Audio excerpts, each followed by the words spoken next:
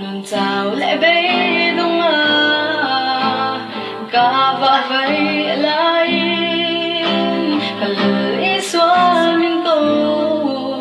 mình mong ngày vàng làm hoa đã đua lên không ấy nằm mặc tạc dù cả và bầu sân to lo vàng nghi tan cái nụ cả lan to cả phát sân lệ to lo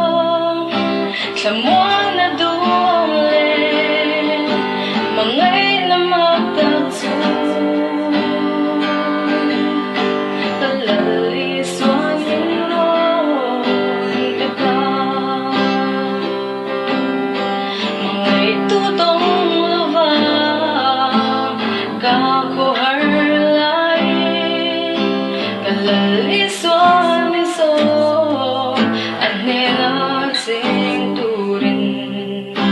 Ama to kain le Pagkaw luber loni Ka Vabaw san to luvang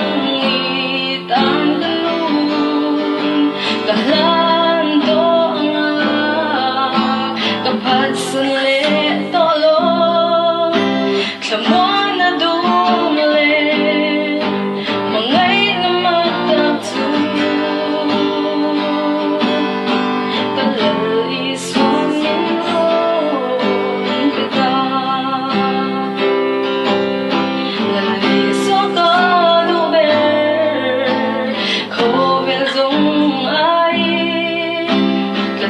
mình cao lô mà nên kinh in bộ tròn nằm xuống cái tô piang lô ngắt tu ra lâu đi